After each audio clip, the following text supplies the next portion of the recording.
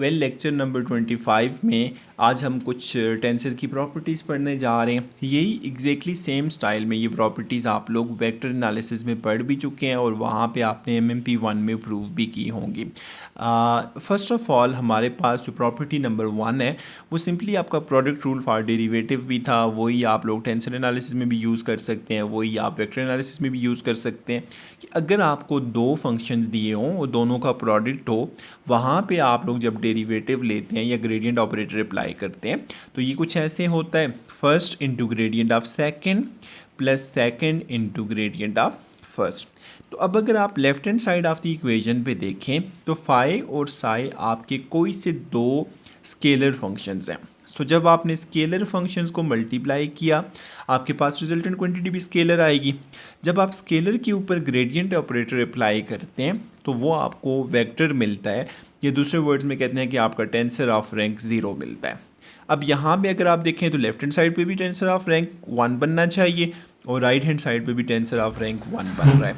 उसके बाद second property पे अगर हम बात करें तो प्रॉपर्टी नंबर 2 में हम बात करें, अगर आपके पास दो वेक्टर फंक्शंस हैं और उनका डॉट प्रोडक्ट हो तो उसका अगर ग्रेडियंट लेना पड़े, लाइक एफ डॉट जी, कोई से दो फंक्शंस हैं, इनका डॉट प्रोडक्ट लिया और आप उसको ग्रेडियंट ऑपरेटर अप्लाई करते हैं तो इसका आंसर कुछ ऐसे बनेगा, F vector cross curl of G vector plus G cross curl of F vector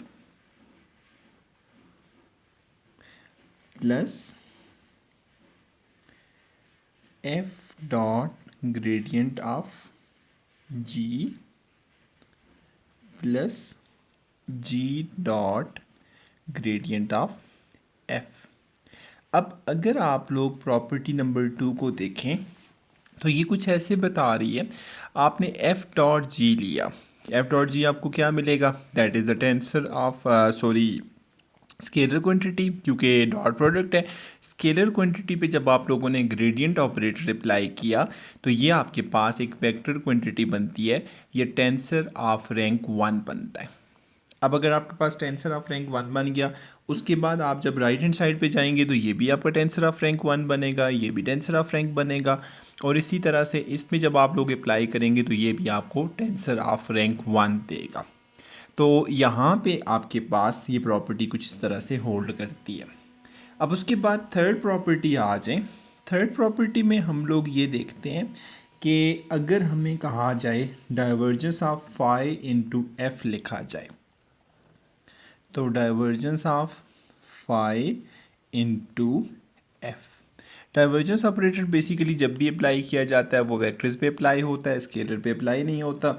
अब यहाँ पे इशू ये है कि आपका फाई जो है वो स्केलर फंक्शन है और एफ आपके पास वेक्टर फंक्शन है, तो इसे हम कुछ ऐसे लिखते हैं, first of all phi into divergence of F vector plus F into gradient of phi. अब फिज़िकली देखें कि हम लोगों ने लेफ़्ट हैंड साइड पे तो सिर्फ डाइवर्जेंस था, राइट हैंड साइड पे डाइवर्जेंस के साथ ग्रेडियंट को भी इंट्रोड्यूस कर दिया। उसकी रीज़न ये है कि लेफ़्ट हैंड साइड पे अगर आप लोग देखें तो product of a scalar and a vector था, और scalar multiply by vector gives you a vector quantity, और जब आप इस वेक्टर क्वांटिटी पे डाइवर्जेंस ऑपरेटर अप्लाई करते हैं तो ये आपको कोई स्केलर क्वांटिटी दे देगा। अब अगर आप यहाँ पे चले जाएं तो क्योंकि डाइवर्जेंस ऑफ एफ तो आप ले सकते हैं लेकिन डाइवर्जेंस ऑफ फाई नहीं लिया जा सकता, सो दैट इज़ वाई वहाँ पे ग्रेडियंट ऑफ फाई लिया जाता है। That was your property number 3। Then property number 4 पे चले जाएं आप लोग। अकॉर्डिंग टू प्रॉपर्टी नंबर 4 अगर हमें कहा जाए कि divergence of F cross G लेना है तो divergence of F cross G, F भी वेक्टर क्वांटिटी है, जी भी वेक्टर क्वांटिटी है, तो ये कुछ ऐसे लिखा जाएगा, G dot curl of F minus F dot curl of G. मतलब अगर आप लोगों को divergence of product of two vectors लेना हो तो उस केस में आप ये करते हैं, dot product of a first vector with the curl of second ले लेंगे, plus second into second dot curl of first vector हो जाएगा। That was your property number 4। Then उसके बाद फिफ्थ प्रॉपर्टी कुछ ऐसे है, अगर curl of phi into F ओ, जैसे आपके पास प्रॉपर्टी नंबर 3 थी वहाँ पे डाइवर्जेंस था, तो अगर यहाँ पे curl of scalar and a vector function हो उस केस में आप इसे कुछ ऐसे लिखेंगे, gradient of phi multiply by F R cross F,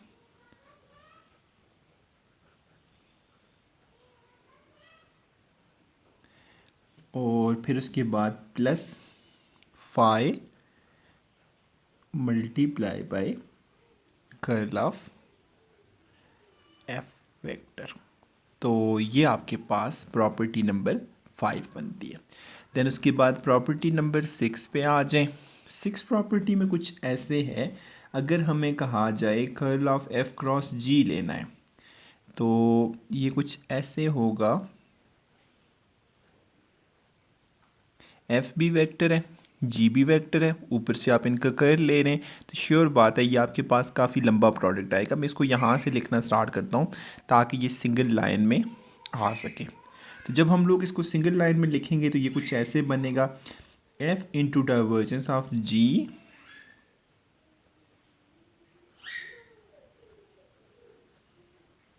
फिर minus G into divergence of F, like एक first into divergence of second plus second sorry minus second into divergence of first, फिर उसके बाद plus G dot gradient of F minus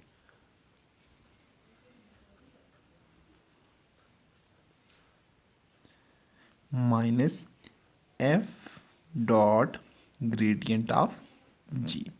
तो ये आपकी 6 property थी। तो ये 6 प्रॉपर्टीज़ आप लोग वेक्टर एनालिसिस में पढ़ भी चुके हैं और इनको प्रूव भी किया होगा, और इसके अलावा इलेक्ट्रोडायनामिक्स की ग्रिफिथ की बुक में चैप्टर नंबर 1 में ये प्रॉपर्टीज़ यहाँ पे रिपीट भी होती हैं। अब इसके बाद कुछ प्रॉपर्टीज़ जो बड़ी इंटरेस्टिंग है और फिज़िकली आप लोग इलेक्ट्रोडायनामिक्स में काफ़ी डेप्थ में इनको डिस्कस कर चुके हैं, ये आपके सेकंड ऑर्डर डिफरेंशियल ऑपरेटर्स हैं। और फिज़िकली अगर आप लोग इन चीज़ों को समझ लेते हैं तो आपको बहुत से physical concepts without mathematical calculations भी विजुलाइज होना शुरू हो जाते हैं कि ये किस तरह से सॉल्व होंगे। So second order differential operators, पहले मैं ये ऑपरेटर्स लिखता हूँ और उसके बाद हम इनके रिजल्ट्स लिखेंगे। सेकंड ऑर्डर डिफरेंशियल ऑपरेटर्स में आपके पास पहली प्रॉपर्टी जो होती है वो divergence of gradient of phi होता है।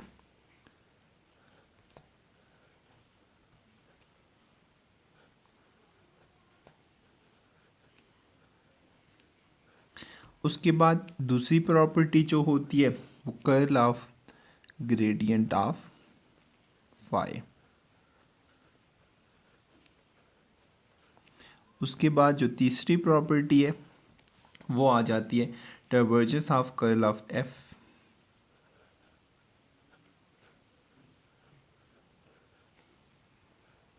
वेक्टर। और चौथी प्रॉपर्टी जो आपके पास है वो gradient of divergence of F होगी।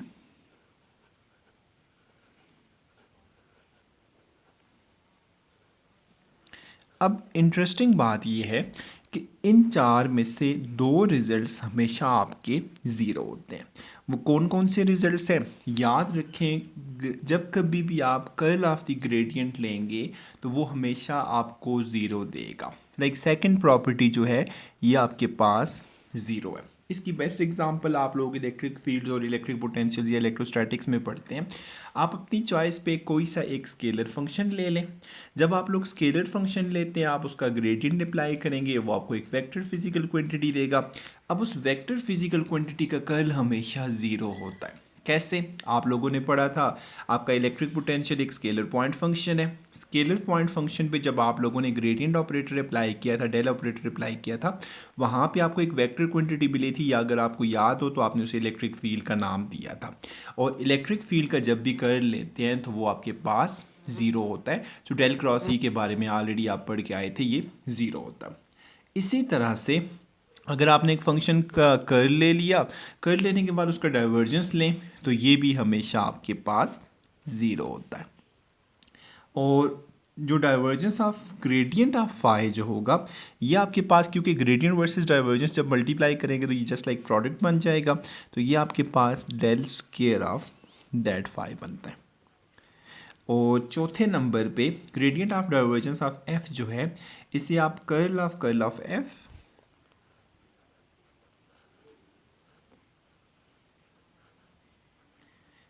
Plus del square F vector लिख सकते हैं।